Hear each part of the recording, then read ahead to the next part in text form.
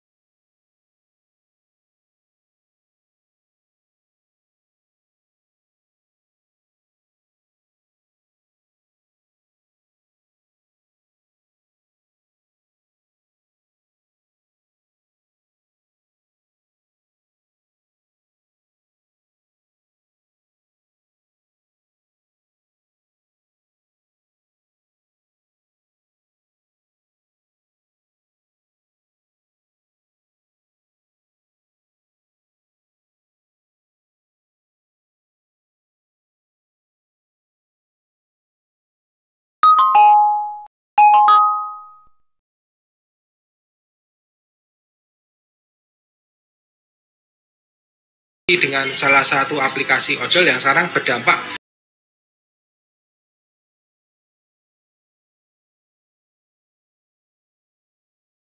Satu, jangan lupa segera daftar di sana untuk kita diskusi awal-awal untuk pemanasan untuk ikhwan dan akhwat. Saya Ko Martin ya, praktisi fikih muamalah dari Jogja.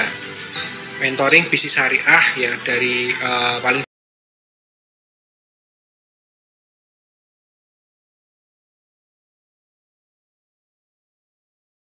Saya dari Ko Martin ya, beliau juga ada di sini, insya Allah bersama-sama kita ke depannya mungkin bisa mengawali konferensi muamalah bisnis ya setahun sekali ini. Nah, namun tentunya harus menyamakan frekuensi dulu tadi, karena memang ada hal-hal yang perlu didiskusikan bersama, dibahas bersama, dan tentunya harus kita upgrade terus nih pemahaman kita, sakofah kita langsung kepada guru kita, dan diawali dengan adanya Q&A ini ya. Jadi insya Allah terbuka untuk umum, tidak hanya ikhwan tapi juga akhwat ya, beberapa sudah ada akhwat juga, bahkan nanti ada kita tampilkan pertanyaannya ya.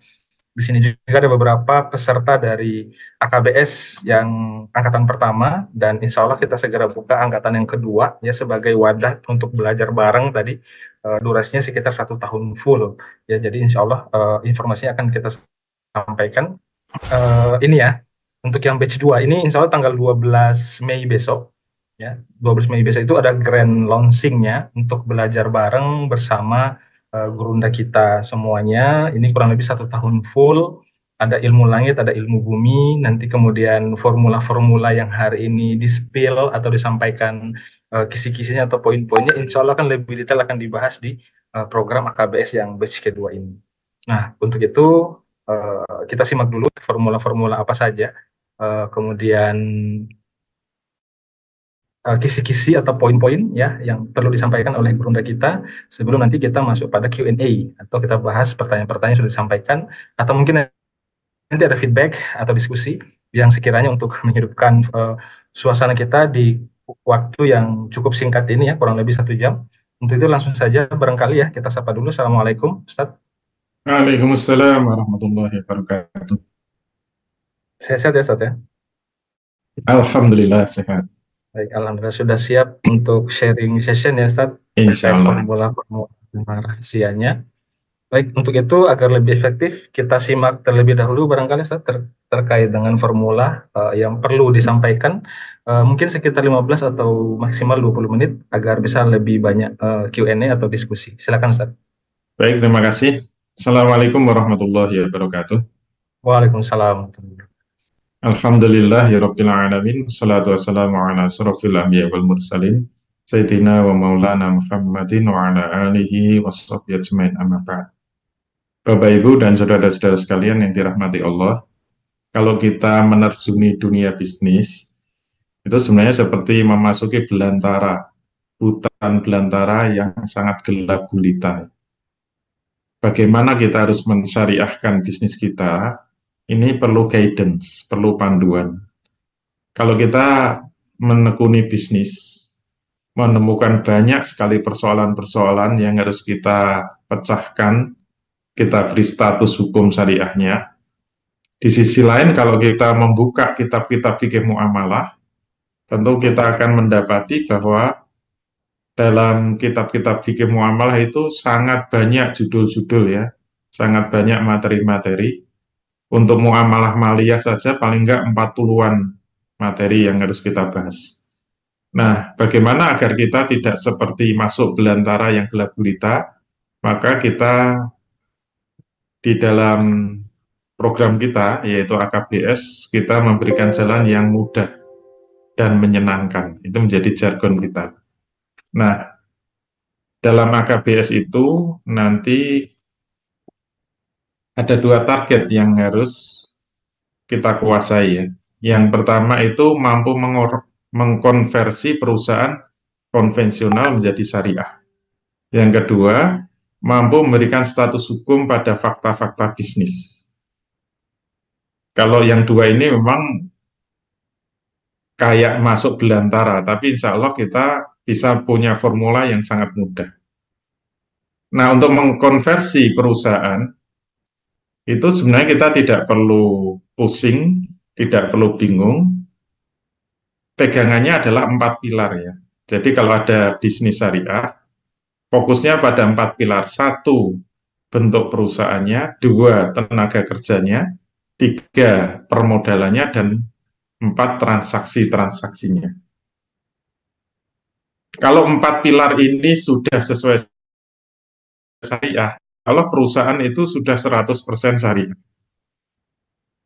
Jadi mulai bentuk perusahaannya, pilihannya kan ada 2. Perusahaan itu milik pribadi atau milik bersama. Kalau itu milik bersama, nanti caranya bagaimana? Kalau itu milik pribadi, caranya gimana? Jadi ini 4 pilar. Kemudian transaksi ini intinya 2. Transaksi itu adalah jual beli dan jasa. Jadi kalau ini dipilah ya berarti 1, 2, 3 bentuk perusahaan, ketenaga kerjaan, permodalan ini internal untuk menjadikan bisnis kita syariah. Kemudian dengan eksternal itu ketika melakukan transaksi. Transaksi ada 2 macam, yaitu jual beli dan jasa. Oleh karena itu ilmu yang kita perlukan, 1, kita harus menguasai hukum syirkah. Kalau perusahaannya itu bermitra, pemiliknya lebih dari 1. Yang kedua, kalau tenaga kerja, berarti yang ilmu yang harus kita kuasai hukum ijarah. Yang ketiga, kalau permodalan, yang kita menemukan hukum qard dan hukum riba. Ini harus paham. Kalau ditambah hukum syirkah ini sama seperti ini. Kemudian untuk jual beli, kita harus tahu hukum jual beli. Untuk jasa, kita harus paham hukum ijarah. Berarti hanya 5 saja. 1, hukum syirkah. 2, hukum ijarah. 3, hukum qard. 4, hukum riba. 5, hukum jual beli. Jadi 5 saja yang harus kita kuasai. Kalau kita menguasai 5 hukum ini, sudah selesai urusan mengkonversi perusahaan konvensional menjadi syariah. Jadi kalau kita syarikan 5 ya, 1, hukum syirkah, 2, hukum ijarah, 3, hukum qard, 4, hukum riba, 5, hukum jual beli. Ini sudah terpenuhi semuanya, 5 hukum saja. Untuk keperluan yang kedua, yaitu bagaimana kita mampu memberikan keputusan hukum syariah terhadap fakta-fakta bisnis kontemporer, ini tidak harus menjadi mustahid. Karena saya sendiri bukan mustahid ya.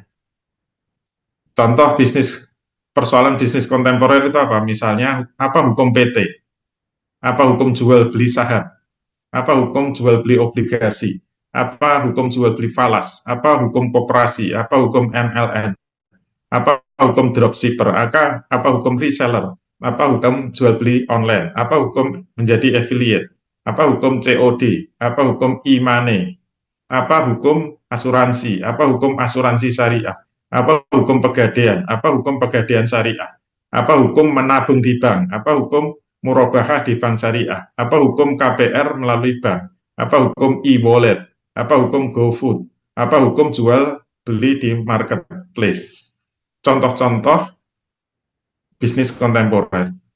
Nah, untuk ini pembelajarannya agak beda sedikit. Jadi, kita harus tahu apa yang disebut metode ijtihad dan metode tatbiqul hukmi. Nah, nanti yang akan harus kita kuasai itu adalah metode tatbiqul hukmi. Kalau metode ijtihad itu 3 langkah ya. Ada problem kontemporer, memahami fakta, memahami nas, menarik hukum. Ini akan dihasilkan hukum syariat. Ini langkah-langkah ijtihad. Kalau di AKBS itu bukan menjadi mustahid, tapi menjadi muqallid muttabi. Jadi ada hukum kontemporer, memahami fakta hukum, kemudian mengidentifikasi akad muamalahnya, baru diterapkan hukum. Nah, ini insya Allah mudah. Nah, ini berarti diperlukan kemampuan mengidentifikasi akad-akad muamalah.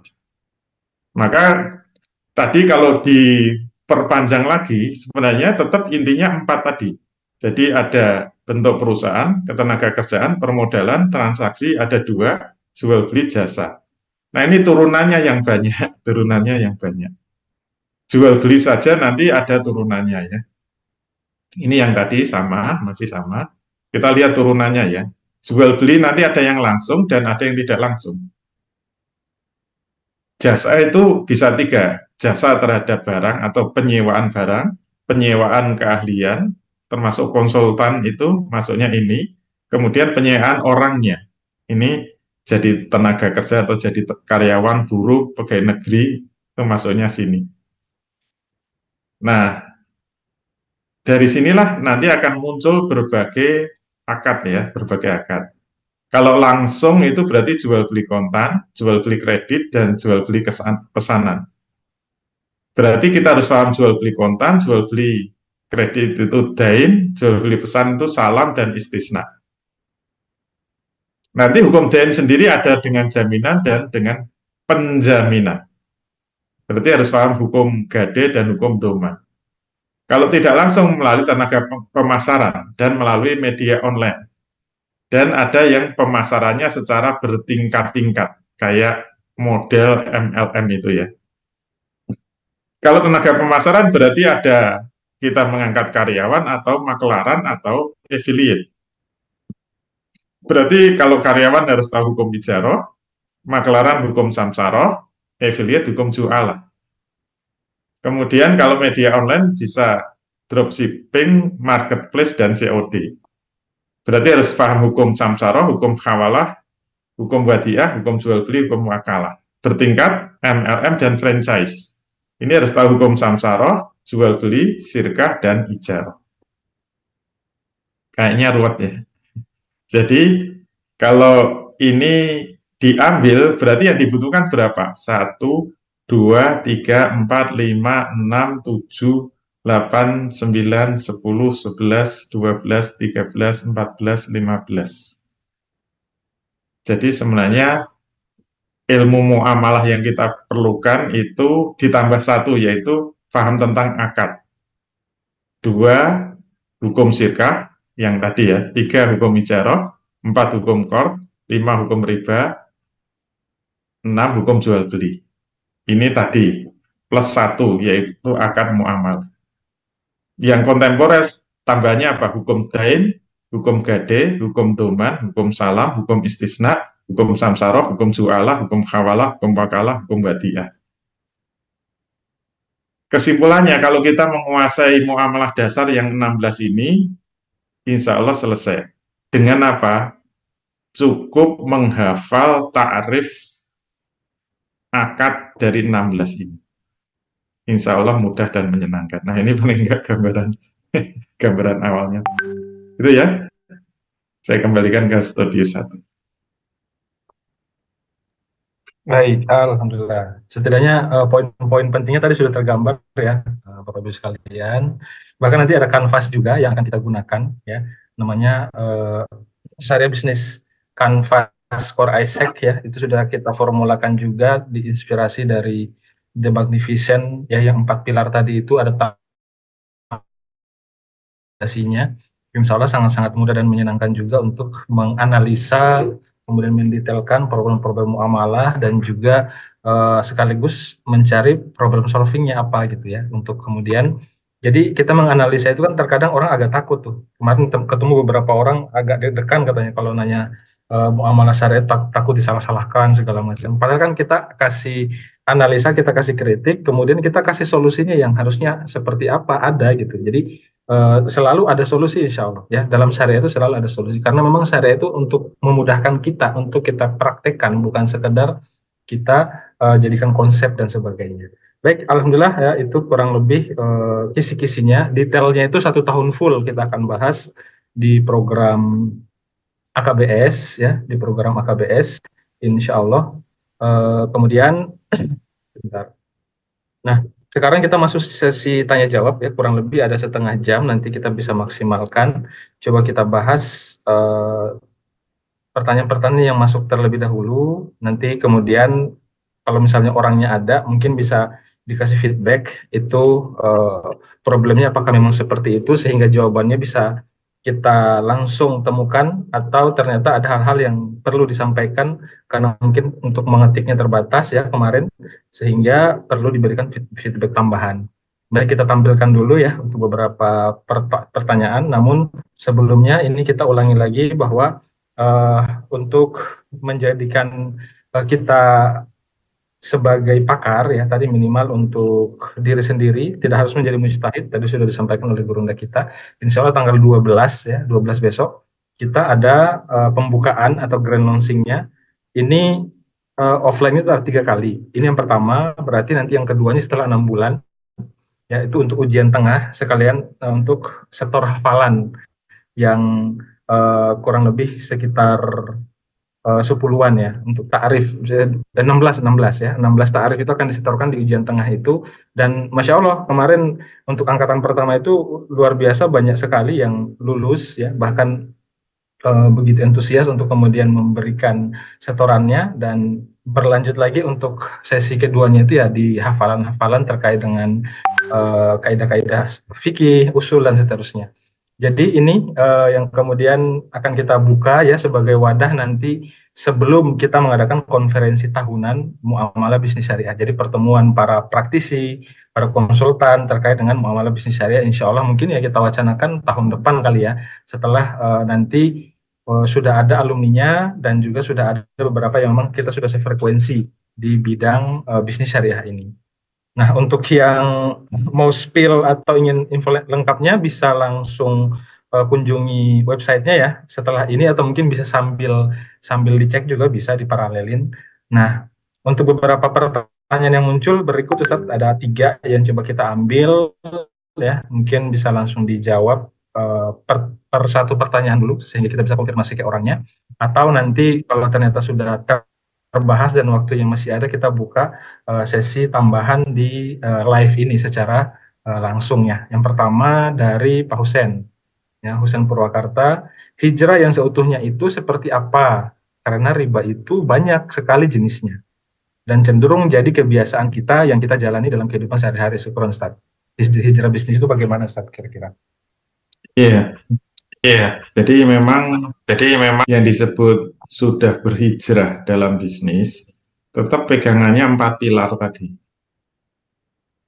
Jadi yang pertama harus kita lihat bentuk perusahaannya. Jadi kalau itu milik bersama, perusahaan kita sudah sesuai dengan syirkah yang benar atau belum. Kalau belum, tetap belum bisa disebut hijrah. Yang kedua adalah persoalan ketenaga kerjaan. Kalau kita mengangkat tenaga kerja, akad ketenaga kerjaannya sudah benar apa belum? Akad tenaga kerja itu yang paling kritikal itu adalah masalah penentuan upah. Karena penentuan upah yang syar'i beda dengan UMR. Yang ketiga permodalan. Nah, yang berhubungan dengan riba memang permodalan. Oleh karena itu kita kunci tadi dengan 2 hukum, yaitu hukum qard dan hukum riba. Tambah satu lagi hukum syirkah. Kalau syirkah kan tadi sudah. Jadi kalau kita paham apa itu qard dan kita paham apa itu riba, riba itu hanya 2 jenis saja. Riba nasiah dan riba fadl. Jadi kalau kita sudah paham kuncinya yaitu hukum qard dan hukum riba, insya Allah riba yang kayaknya sangat banyak itu intinya cuma 2. Kalau tidak riba nasiah ya riba fadl. Dan belajar di AKBS lebih mudah lagi kalau kita paham definisi riba, termasuk definisi qard. Kemudian yang keempat transaksi. Nah, transaksi itu kan jual beli atau jasa. Nah, kalau kita sudah paham, kalau kaitannya dengan riba itu paham apa itu qard dan apa itu riba, insya Allah selesai dengan mudah dan menyenangkan. Gitu ya, kalau. Baik, Pak Husennya ada ya? Kalau misalnya ada feedback barangkali Pak Husen, silakan. Sudah cukup Ustaz, terima kasih Ustaz. Ya. Baik, berikutnya dari Samarinda ya. Firdaus Ananta Budi dari Samarinda. Afwan Ustadz, bagaimana pandangan Islam terkait bisnis kecantikan, estetika, perawatan tubuh, skincare, body lotion ya, pemutih kulit, alat-alat kosmetik kecantikan lainnya? Syukur Ustadz atas pencerahannya. Ya, dalam Islam itu semua bentuk penyempurnaan itu boleh. Jadi hukum penyempurnaan tubuh dengan hukum perubahan tubuh itu beda. Kalau perubahan tubuh ekstrimnya misalnya laki-laki pengen jadi perempuan, itu mengubah takdir Allah, itu tidak boleh. Misalnya apa, merubah tangannya asalnya 5 pengen jadi 6 jari-jarinya ya, itu tidak boleh. Tapi kalau sekedar bagaimana menyempurnakan, mungkin yang kusam jadi agak bening, yang hitam bisa memutih, itu masih boleh, masih boleh.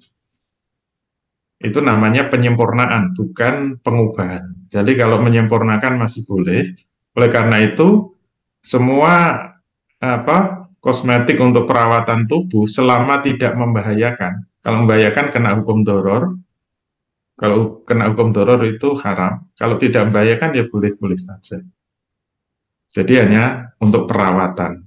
Beda lagi nanti hukum untuk bersolek ya, berhias. Kalau hukum untuk berhias itu memang ada batasannya, kita dilarang tabaruj. Nah, tabaruj boleh itu untuk suaminya di rumah. Tapi untuk keluar rumah, berarti kalau ada kosmetik yang bisa memerahkan mulut, misalnya bisa bedaknya itu sampai menonjol, nah itu untuk di rumah saja. Untuk di luar rumah, tidak boleh tabaruj. Maka kosmetik yang kita pakai untuk perempuan di luar rumah ya sekedar kosmetik yang tipis-tipis saja ya, tidak menonjol, tidak tabaruj. Begitu ya, Allah. Ya, baik. Ada Pak Firdaus barangkali mau feedback. Apakah hadir Pak Firdaus? Belum ya. Baik, karena belum, kita lanjut lagi ke pertanyaan berikutnya. Ini ada orangnya, Ibu Laila dari Bogor. Semacam studi kasus, agak panjang Ustadz ya. Saya ada proyek bisnis tanpa modal, yaitu marketing bakso ikan tuna. Jadi saya mau memasarkan bakso ini di Bogor. Barangnya dari Sukabumi. Rencananya bakso ikan ini dipasarkan oleh para pedagang gerobak keliling. Jadi tugas saya mencari pedagang kelilingnya. Pemilik usaha ini memberikan modal awal menyewakan kontrakan, fasilitas gerobak, dan kebutuhan saus kecap di awal. Dan paling utamanya, saya diberikan bakso yang akan dipasarkan ini dengan tempo kepada pemilik usaha. Jadi kalau bakso sudah laku, baru saya setor. Pemilik usaha memberikan net harga kepada saya, yang selanjutnya bebas saya markup. Jadi ditentukan harganya sendiri. Pertanyaannya, paling tepat akad saya kepada pemilik usaha ini apa ya Ustadz? Apa maklar yang mempekerjakan pedagang, atau boleh kelilingnya? Karena saya pernah dapat dari Ustadz Sidik, kalau makelar, lapis makelar nggak boleh. Tapi kalau diakali, jadi sirka abdan bisa. Afan, koreksinya Ustadz bila keliru. Atau saya berakad dengan pemilik usaha barang, baksonya ini, barang tempo atau utang, yang dimana ketika saya terima barangnya sudah jadi milik saya, jadi saya sah membuka para reseller, atau baiknya saya sirka dengan pemilik usaha bakso ini, Ustaz. Kira-kira bagaimana? Dari Ibu Laila di Bogor. Jadi kalau Bu Laila sudah tahu hukumnya, itu sebenarnya tinggal memutuskan gitu loh. Jadi kalau sudah tahu bahwa makelar di atas makelar tidak boleh, samsarah ala samsarah tidak boleh. Sudah tahu hukum sirkah, sudah tahu hukum makelaran. Nanti pertimbangannya bukan pertimbangan hukum syariat, tapi pertimbangannya adalah ilmu bumi. Nah, di AKBS itu kan ada ilmu lakin, ada ilmu bumi. Kalau ilmu bumi ya terkait dengan manajemen. Jadi supaya syar'i itu harus menghilangkan makelar di atas makelar. Pilihannya kan dua. Apakah bersirkah dengan penjual baksonya, ataukah pilihan kedua bersirkah dengan produsen baksonya?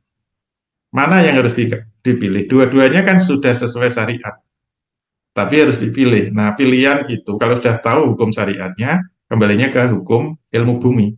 Mana yang lebih efektif, lebih efisien antara memilih bersirkah dengan para pedagang atau bersirkah dengan produsen baksonya. Jadi itu nanti bagiannya Ustadz Ali Akbar itu kalau sudah manajemen ilmu bumi ya.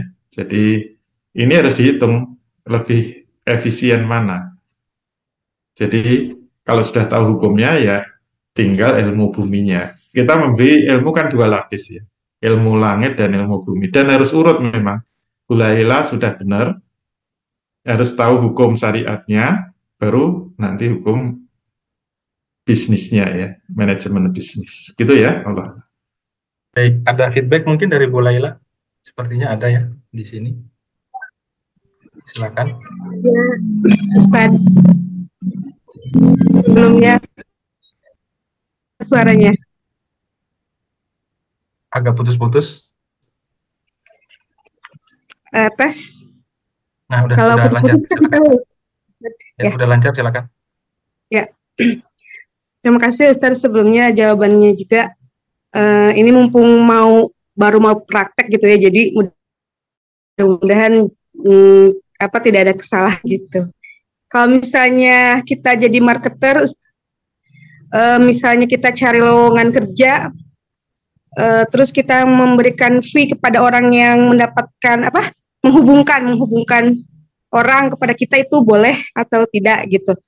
Terus kalau misalnya hanya akad marketer sama produsen itu, walaupun ngasih modal kontrakan dan gerobak itu dianggapnya fasilitas aja gitu ya Ustadz ya. Itu aja tambahannya Ustadz, tambah.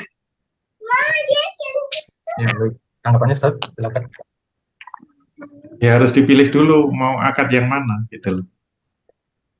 Jadi tadi kan pilihannya mau bersirkah dengan para pedagang atau bersirkah dengan dengan produsen. Kalau bersirkah dengan produsen, nanti sirkahnya sirkah apa? Apakah mudoroba atau abdan atau inan dan sebagainya, harus dipilih. Pilihan itu menentukan hak dan kewajiban. Sehingga nanti harus, kalau misalnya yang dipilih adalah bersirkah dengan produsen, nanti status rumah kontrakan itu bagaimana, status nanti ada produk-produk itu bagaimana, itu kan mengikuti hukumnya. Jadi kalau pilihan belum bisa dipilih, ya hukumnya belum bisa muncul. Kalau sudah dipilih kan nanti tinggal mudah saja, karena itu tinggal kesepakatan. Jadi kalau memang bersirkah, nanti kan ada konsekuensinya. Nyewa itu kan keluar uang. Nah, itu uangnya siapa dan statusnya apa, kan tinggal mengikuti. Jadi kalau keputusan hukumnya sudah dilakukan, itu jadi mudah. Karena konsekuensi itu mengikuti akadnya. Setiap akad itu melahirkan muktadul akad atau konsekuensi akad. Tapi kalau akadnya belum dipilih, ya nggak bisa diskusi. Gitu ya, Allah. Gimana Bu Laila? Ya, akadnya marketer Ustadz, karena kalau misalnya syirkah memang belum ngejelasin gitu ke pemilik usahanya atau produsennya ini. Kalau syirkah beliau juga masih awam gitu, jadi tadinya memang mau marketer gitu akadnya. Jadi saya kan nih marketer tapi jadinya nyari pedagang tadi. Nah, awalnya kontrakan itu disewain sebulan pertama, tapi bulan kemudiannya nanti tanggung jawab saya nih misalnya Ustadz gitu, bukan tanggung jawab pedagang, itu bisa ya kayak gitu?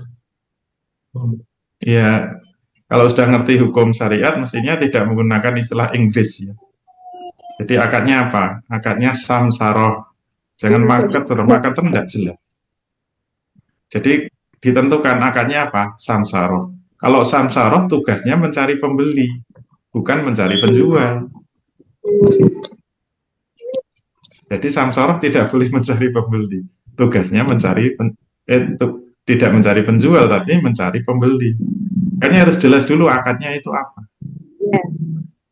Jadi kalau akadnya makelar, menjadi makelarnya produsen bakso, tugasnya makelar itu mencari pembeli bakso, bukan mencari pedagang bakso. Gitu ya, itu contoh saja. Gitu ya, kalau. Baik. Clear ya, Ya. Bu Laila. Tinggal ditentukan pilihannya, bisa samsaroh atau sirkah. Dua pilihan itu. Sirkahnya pun ke para pedagang sebagai penjual atau ternyata sebagai supplier tadi ya, produsen. Itu tinggal ditentukan saja. Maaf, Baik. sedikit lagi, bentar. Itu yang apa namanya kalau samsaroh apa di atas samsaroh itu diakadkan jadi sirkah abdan, itu soalnya pernah dapat dari Ustaz Sidik itu. Apakah tepat atau memang gimana, Ustaz? Ya, untuk menghilangkan samsara ala samsara memang dengan sirkah abdan. Tepat atau tidaknya harus tahu ilmu sirkahnya dulu. Jangan sampai niatnya sirkah tapi nanti posisinya kayak makelaran lagi. Itu nanti menjadi tidak tepat. Jadi kalau sirkah harus tahu ilmu sirkah. Sirkah itu maknanya semuanya itu menyatu, bergabung. Tidak ada atas dan bawah, semua equal, semua sama. Nah, itu yang disebut dengan sirkah. Kalau nggak memahami itu ya jangan bersirkah. Nanti salah lagi. Gitu ya, kawan. Kalau punya waktu, kemudian masih semangat belajar, ya sangat pas sebetulnya kalau mau ikut AKBS yang batch kedua. Insya Allah itu sangat lengkap, Bu, untuk kemudian kita bahas. Baik, begitu ya, Bu ya. Berikutnya kita masih ada 15 menit. Masih ada 15 menit. Ada pertanyaan di chat ya, yang lebih dulu menyampaikan tadi ada dari Bu, ini Bu atau Bapak nih, Palembang Widi. Izin bertanya, yang pertama minat tanggal 12, tapi ada training di Bogor, insya Allah bisa tetap ikut ya, kalaupun mungkin tanggal 12 berhalangan karena sudah ada agenda duluan, tidak ada masalah, nanti bisa disusulkan rekamannya atau mungkin file-file yang terkait dengan grand launching-nya. Yang kedua mungkin ke Ustadz, kalau kita bermitra tetapi perusahaan memakai perusahaan kita, modal kita dan dia mitra hanya memberikan link saja, gimana baiknya bentuk akadnya? Syukron, Ustadz. Dari Widi di Palembang. Ya, jadi harus jelas bermitra itu pilihannya banyak. Bermitra itu pilihannya banyak. Kalau memutuskan bermitra dengan sirkah itu maknanya peleburan. Jadi melebur orangnya atau melebur modalnya atau dua-duanya. Itu kalau memang yang dipilih kemitraan itu adalah dalam hal sirkah. Nanti mitra itu kan bisa banyak ya. Mitra misalnya saya produsen bermitra dengan makelar tadi, itu istilahnya bermitra juga gitu loh. Atau kita mencari dropshipper, itu bermitra juga. Makanya kita membiasakan, ya seperti dengan Bu Laila tadi, membiasakan dengan istilah syar'inya gitu loh.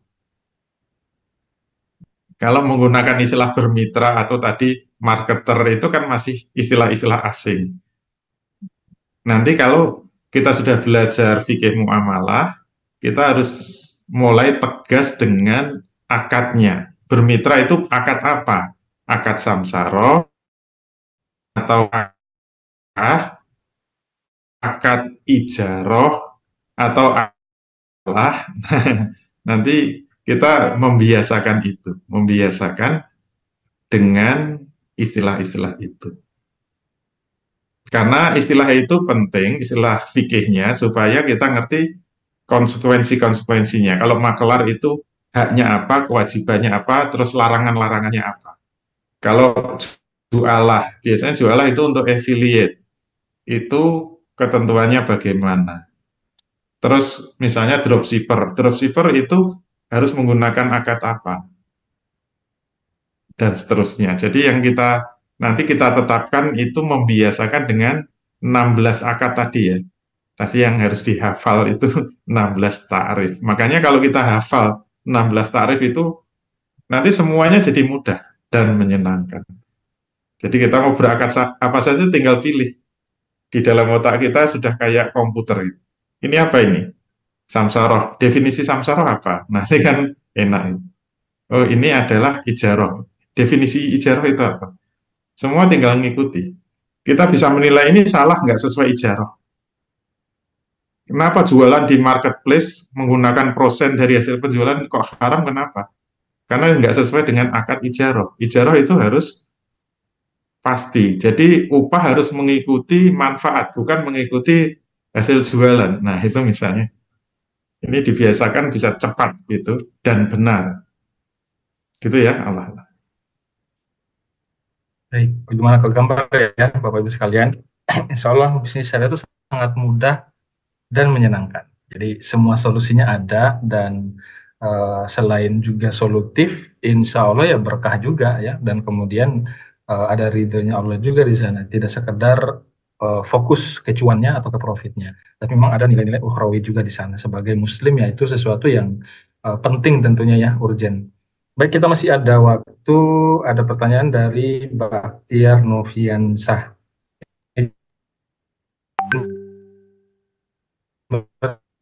Pertanyaan Ustaz, ada 3 pengusaha 2 di bidang penyediaan penyewaan kendaraan, pengusaha 3 bisa menyaplai spare part alat berat. Mereka bergabung membuat perusahaan supaya satu perusahaan itu bisa lebih menarik perhatian para calon pelanggan karena bisnis di dalamnya sudah 3-in-1. Jadi masing-masing bisnis tadi dijadikan satu perusahaan jadi grup. Apakah secara umum ini boleh, Ustaz? Iya, kalau mau bermitra tadi harus jelas ya. Kalau memang mau bersirkah, sirkah itu nanti pilihannya 2. Apakah yang mau kita sirkahkan itu perusahaannya? Berarti kalau yang disirkahkan perusahaannya harus melebur. Dan ketiga-tiga perusahaan jadi hilang. Kemudian melebur jadi satu, nanti pencatatan keuangannya jadi satu, asetnya jadi satu, modalnya jadi satu, pengelolanya juga jadi satu. Kalau mau begitu ya silahkan, tentu saja dengan berbagai konsekuensinya. Atau yang mau diliburkan itu proyeknya saja. Ada proyek, kemudian mau disirkahkan. Nah, kalau mau sirkah per proyek saja itu juga bisa. Perusahaannya tidak melebur. Nah, kalau mau sirkah dalam proyek saja, berarti nanti harus ditetapkan ini mau sirkah apa. Apakah sirkahnya itu abdan, atau sirkahnya itu inan, atau sirkahnya mudorobah. Itu sangat mudah. Nanti begitu ditetapkan kan kontribusinya apa tinggal mengikuti akadnya. Tidak harus meleburkan perusahaan. Setelah selesai proyek, selesai bubar sirkahnya. Gitu ya, Allah. Baik, insya Allah terjawab ya Pak Bahtiar. Terakhir dari Opi di Bangka. Assalamualaikum Ustaz, bagaimana cara menjelaskan ke para pedagang yang mengambil barang tapi tidak setor, tetapi jualan masih terus berjalan. Jadi cuma ngambil barang aja, setornya nanti mungkin Ustaz. Dengan berbagai alasan, di mana saya bisa dagang berjalan karena ada mereka yang menjual, tetapi di mana saya juga memerlukan modal untuk terus berkembang. Apa yang harus saya lakukan? Jangan sampai hati menjadi timbul kesal untuk membenahi diri sendiri bahwa semua rezeki dari Allah dan saya belajar jangan sampai hutang memutuskan silaturahmi. Jadi PR-nya di piutangnya yang kurang lancar ini, Ustaz. Iya, kalau semuanya tertib dengan akad, itu sebenarnya semuanya jadi mudah. Jadi akad itu kan pilihannya banyak ya. Jadi pedagang itu bisa berakad dengan akad samsaroh. Kalau akad samsaroh itu kan tinggal apa? Tugasnya mencari pembeli, tinggal menjualkan. Kalau konsekuensinya apa? Kalau nggak laku dikembalikan. Makanya dalam samsaroh harus ada batas waktu yang jelas. Ini mau berapa lama?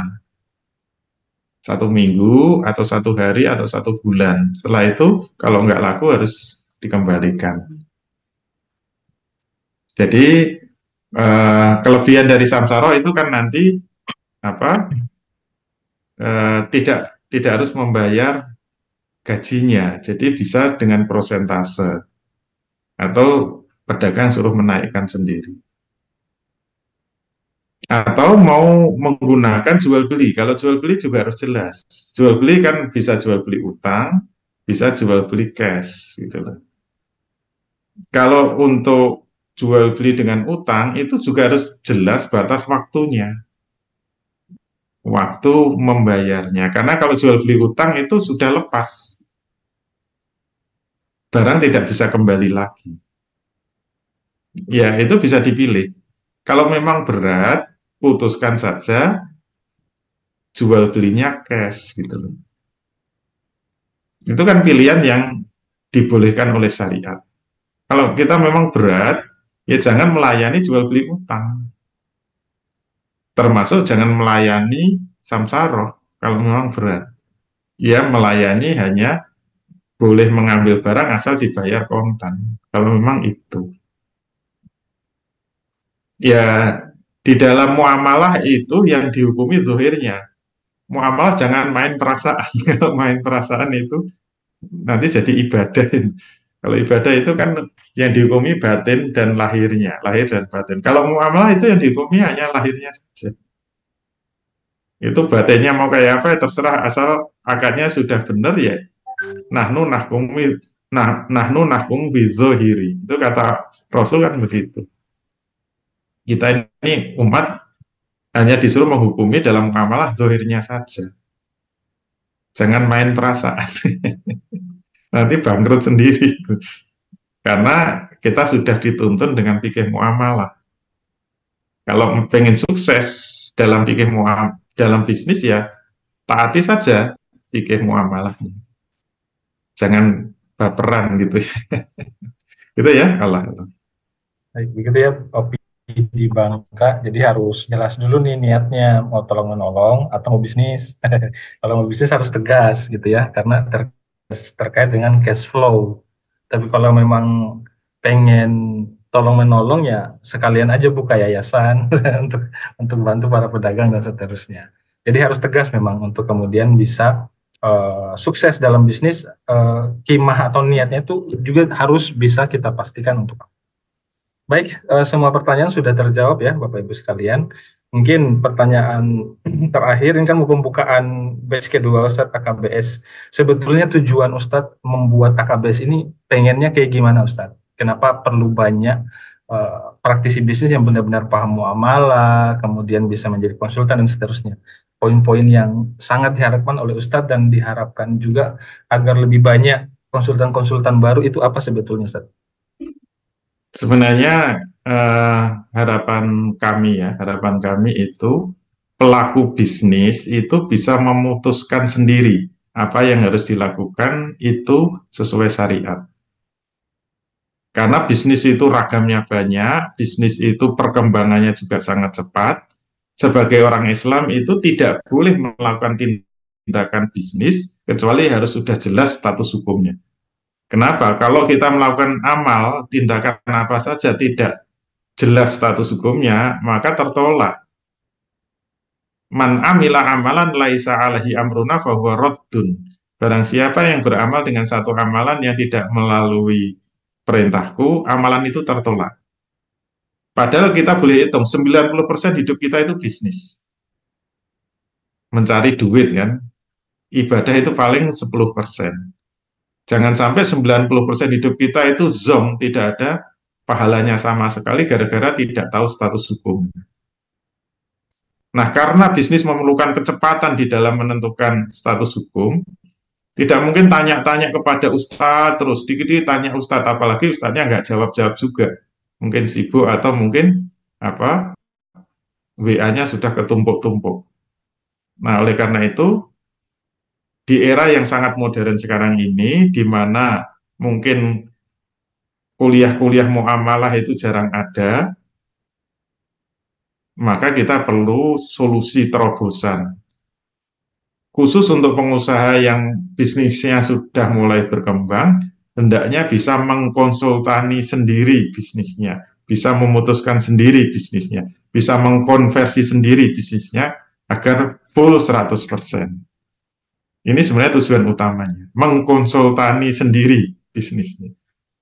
Tapi kalau kemudian ingin bisnis menjadi konsultan bisnis syariah, ya silahkan saja. Caranya memang harus lulus dengan grade yang baik ya, karena semuanya kalau ikut insya Allah lulus, tapi ada grade-nya kan, grade A sampai grade D mungkin. Jadi kalau mau jadi konsultan juga silahkan, tapi minimal mengkonsultani sendiri perusahaannya.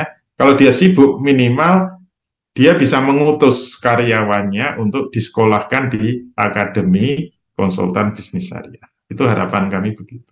Itu ya, Allah. Baik, insya Allah sudah dapat filosofinya ya, Bapak Ibu sekalian, bahwa ternyata sangat urgent keberadaan konsultan atau setidaknya kita yang benar-benar paham untuk mengetahui status suatu hukum, karena kalau kita nggak tahu hukumnya ternyata nggak dicatat sama sekali itu. Jadi amalannya sia-sia, meskipun itu ternyata benar, ya. Walaupun itu amalannya benar, tapi kalau ternyata kita nggak tahu itu hukumnya atau nggak dikaitkan dengan syariah, tadi nggak dicatat sama sekali. Jadi sangat rugi kita. Kemudian kita seolah-olah menganggap kita sudah melakukan kebaikan, memberikan mungkin bantuan-bantuan atau mungkin bisnis kita manfaatnya luar biasa untuk umat, ya, untuk keluarga dan sebagainya. Tapi ternyata tidak ada nilainya sama sekali karena ketidaktahuan kita terkait dengan muamalah, kan sayang sekali. Ya, oleh karena itu ini penting ini ya, soal mindset, soal kesadaran dengan syariat, soal bagaimana kita bisa menjalankan muamalah bisnis syariah, ya, mulai dari diri kita sendiri, tim kita dan seterusnya. Bahkan lebih bagus lagi kita kontribusi dalam siarnya juga, karena salah satu kepentingan kita juga ya kita siarkan muamalah bisnis syariah ini gitu. Nah, untuk itu yang berminat silakan langsung saja. Adapun nanti tanggal 12 misalnya ada agenda, nanti bisa dikomunikasikan ya, insya Allah. Mungkin nanti ada rekaman atau mungkin ada sesi khusus, akan kita sampaikan poin-poin dari grand launching itu sebetulnya apa saja dan seterusnya. Ini bisa langsung, intinya diamankan dulu saja seatnya, atau hubungi yang mengajak untuk kemudian masuk ke sini. Ya, bahkan kita siapkan juga jika memang berminat untuk mencari peserta, ada affiliate marketingnya juga kita, ya, untuk kemudian bisa membantu mencarikan peserta. Setiap peserta yang kemudian dikumpulkan atau didaftarkan sekitar 10 orang itu nanti ada satu tiket free untuk mengikuti program AKBS yang batch kedua. Nah, kurang lebih seperti itu ya.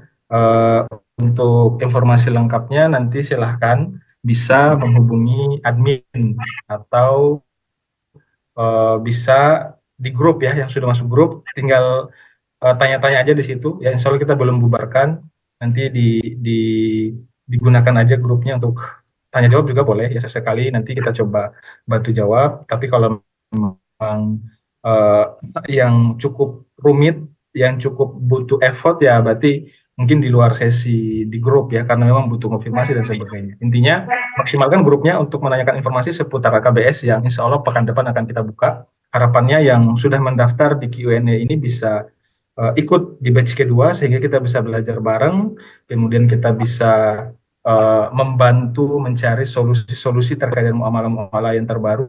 Karena banyak banget ya hal-hal yang baru yang hari ini ternyata perlu kita tinjau ulang. Yang QRIS kayak gini kan ini perlu kita tinjau, dia sudah sesuai syariah atau belum. Ternyata kebanyakan secara fakta itu belum sesuai dengan syariah. Jadi harus hati-hati ya teman-teman sekalian, sahabat-sahabat ya, Bapak Ibu sekalian. QRIS itu ternyata rawan untuk kemudian terjadi pelanggaran muamalah di sana. Bukan soal riba, tapi soal akadnya. Ya, itu kurang lebih juga sama dengan marketplace. Kemarin juga sempat waktu menemani Ustadz ke Garut, di perjalanan itu kita sempat diskusi sama tim yang bantu antar karena untuk membuka toko online di salah satu marketplace. Nah, dia konfirmasi terkait dengan fakta akadnya dan sebagainya. Ternyata tadi yang harusnya ijaroh, tapi ternyata presentasi. Akhirnya alhamdulillah, karena memang itu belum memulai, baru rencana, dan sudah terkonfirmasi, dia nggak jadi untuk kemudian masuk buka lapak di situ. Dan alhamdulillah dia untuk lebih tahu terkait dengan hukum-hukum muamalah bisnis syariah. Jadi silakan saja ya, ini kesempatan yang langka banget, apalagi memang tadi sudah ada wacana kita akan tahun mulai satunya ada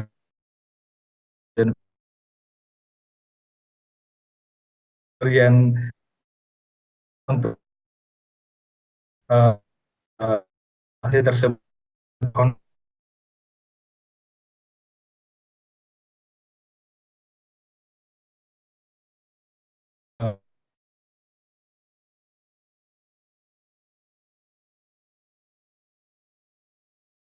bagi kita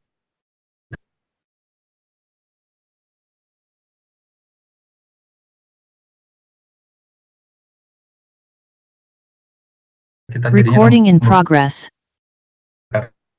Program KB-nya berhasil mengurangi penduduk Muslim Indonesia. Baik, itu ya Bapak Ibu sekalian, kita sudah extra time atau kurang lebih 1 jam lah ya, karena tadi kita mulainya juga jam 11.04 atau 05 ya. Insya Allah kita ketemu lagi di grand launching AKBS batch kedua tanggal 12. Ada closing statement barangkali, Ustaz, silakan. Cukup ya. Cukup, baik, alhamdulillah, syukron jazakumullah khairan Ustadz, semoga berkah ilmunya, dan Bapak Ibu sekalian yang hari ini hadir, semoga barokah dan bisnisnya dilancarkan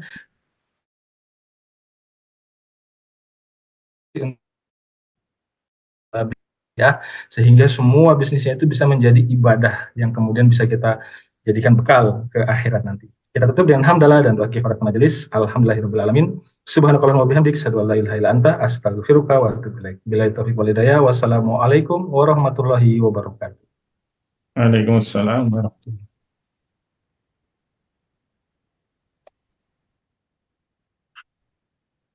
Yang Pak Firdaus tadi pertanyaannya sudah dijawab ya. Nanti ada rekaman, kita share rekamannya insya Allah. Kita share di grup.